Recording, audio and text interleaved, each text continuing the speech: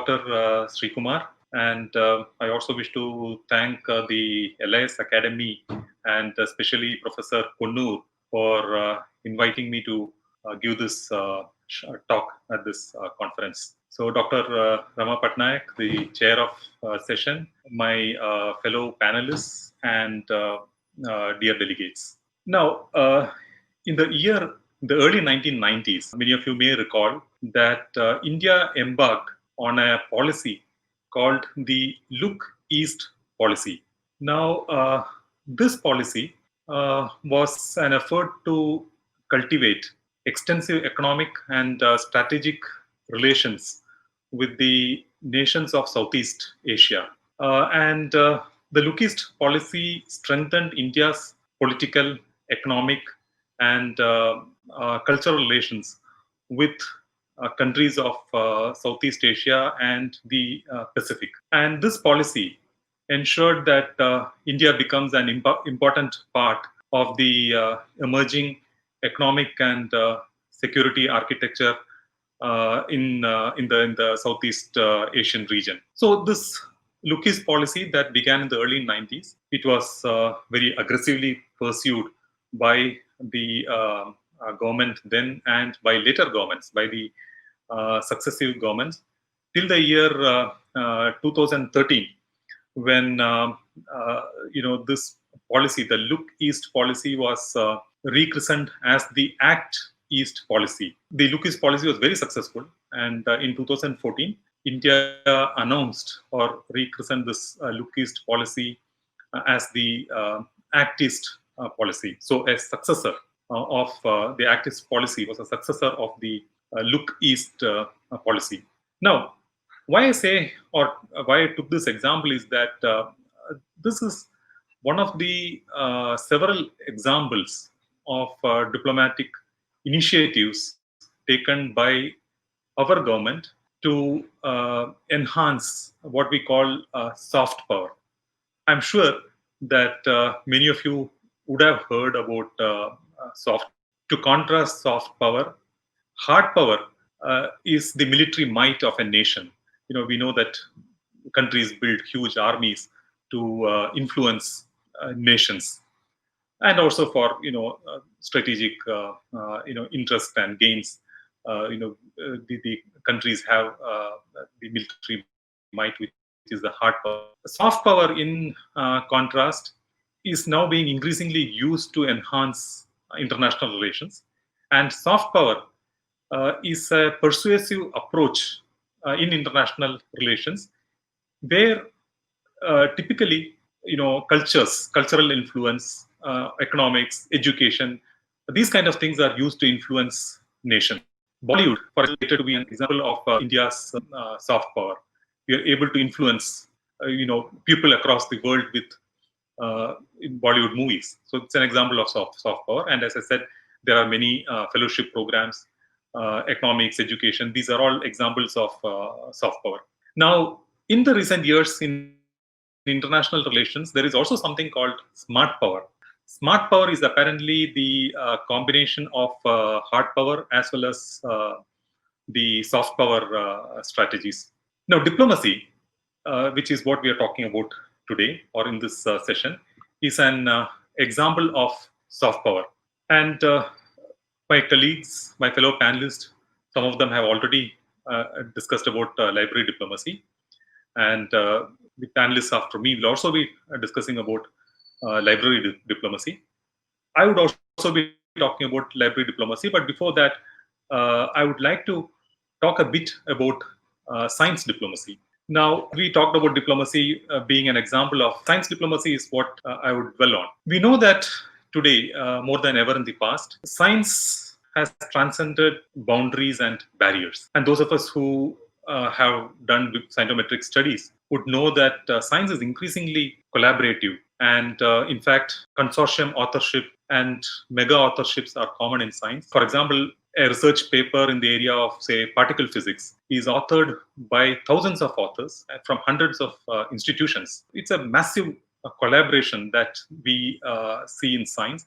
And more such type of collaborations are happening. And it will continue to increase in the years and decades to come. But the term science diplomacy itself began to emerge in the early 2000s. People started talking about science diplomacy. And in January 2010, the Royal Society, which all of us know, and so also the American Association for the Advancement of Science, they noted three aspects of science diplomacy. So we will just dwell on those three aspects of science diplomacy. But before that, we also need to understand that science diplomacy is a description of the need for strategic partnerships at the country level, like other diplomacy or diplomatic efforts. Science diplomacy is also dealt with at country level, and such partnerships aim to promote activities of international cooperation issues that require heavy scientific input. We talked about the particle physics, areas like particle physics,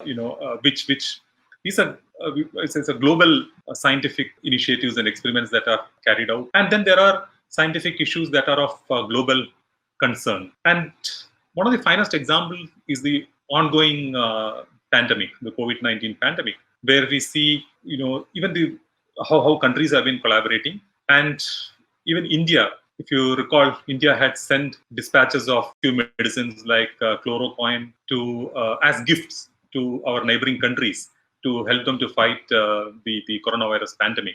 We sent this to countries like Bhutan, Afghanistan, Bangladesh, Nepal, Myanmar, Seychelles, Mauritius, and some African countries. So these are all the diplomatic efforts that involve science. So coming back to the three activities that were noted by the Royal Society and the American Association for the Advancement of Science with respect to science diplomacy, they are the following. One is the science in diplomacy. The other is the science for diplomacy. And of course, in between you have the diplomacy for science. So when we talk about science in diplomacy, as is given there, as you can see, is how science can provide advice to inform and support foreign policy objectives. Every country has got their foreign policy objectives, and how science can add on and can help in supporting the foreign policy objective.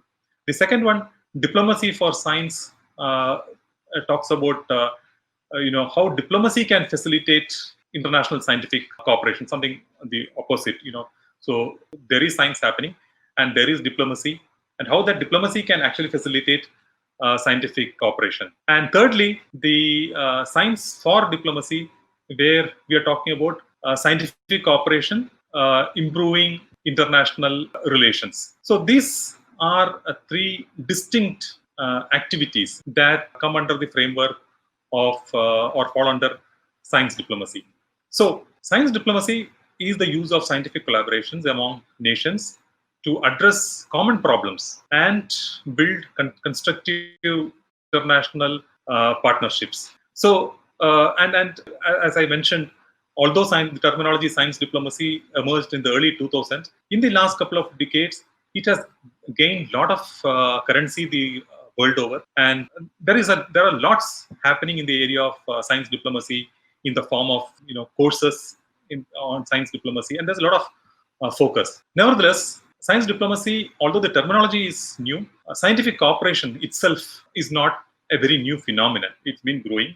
And the earliest ventures go back to 1931 with the creation of the International Council of Scientific Unions, or the ICSU, if many of us would know, and which is now called the International Council of Science. So these initiatives existed earlier, and I'm sure there would be parallels to draw from science, from library diplomacy also. As for the library diplomacy, coming to library diplomacy, my fellow speakers and myself, we had discussed some of this with, not all of us, but I had discussed this with a few of the panelists here. And, we found that there is not much talk of library diplomacy in the literature. It is being practiced, but it is not being talked about.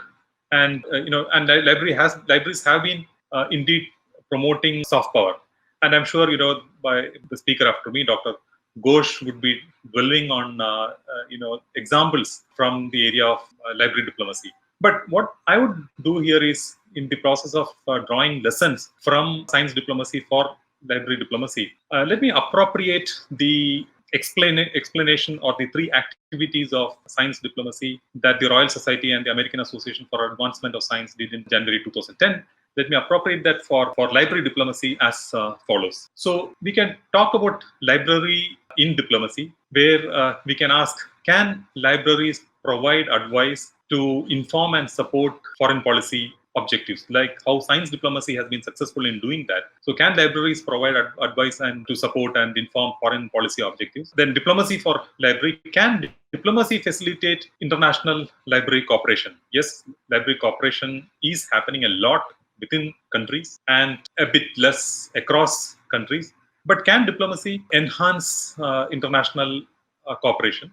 And thirdly, can library cooperation improve international relations? Now, this is very important. The international cooperations, how it can, international library cooperations, how it can improve international relations between countries. At a larger level, institutions are doing that. But what can libraries do? So I think, or I believe that library cooperation has been happening, as is exemplified by library networks, consortia, and other things which will be talked about. But these corporations need to transcend national boundaries to improve international relations. So there is, libraries have been involved in diplomacy and have been centers of soft power. But I think that we have been doing that without the library diplomacy nomenclature and without the library diplomacy narrative. And I think drawing on lessons from science diplomacy and the experiences that we have had in the past, we need to initiate more narratives on library diplomacy, and who knows, we might be able to contribute to much needed international relations. Now, before I conclude, let me go back to the Look East policy that I mentioned in the beginning of the talk. I did have my 2-bit involvement in the Look East policy of India then, a couple of decades ago. And under this policy program, I embarked on my first ever foreign visit in 2001. And I got to travel to Hanoi in Vietnam to organize a book exhibition, an exhibition of Indian science and technology books, and deliver lectures at the National Center for Science, Technological Information and Documentation, NASISTID. It's a parallel organization like INSDOC then. But at that point in time, I did not fully realize or understand my involvement in diplomacy terms of that short mission embarked by me at that point in time. Now, 20 years later, I realized that maybe I was part of an undesigned science and library diplomacy program. But in the coming times, as libraries are turning digital and network, we need to really ask, discuss, and build a narrative on if there is a space for library diplomacy to evolve into an area of its own, like science diplomacy. Thank you very much. Thank you.